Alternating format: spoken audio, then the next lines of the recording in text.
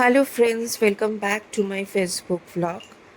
তো আজকে সকাল থেকে একদম মন মেজাজ ভালো নেই। সাডেনলি মা ফোন করে বলল বাবার শরীর ভীষণ খারাপ, বাবা প্রপারলি কথা বলতে পারছে না, হাঁটতে পারছে না।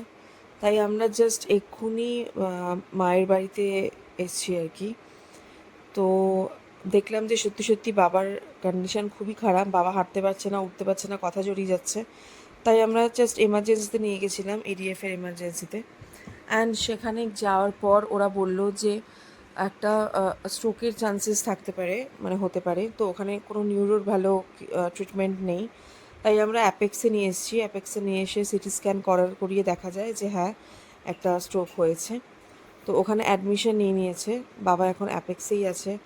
তোমরা সবাই একটু আমার বাবার জন্য প্রে করো, আমার বাবা যেন তাড়াতাড়ি সুস্থ হয়ে যায়।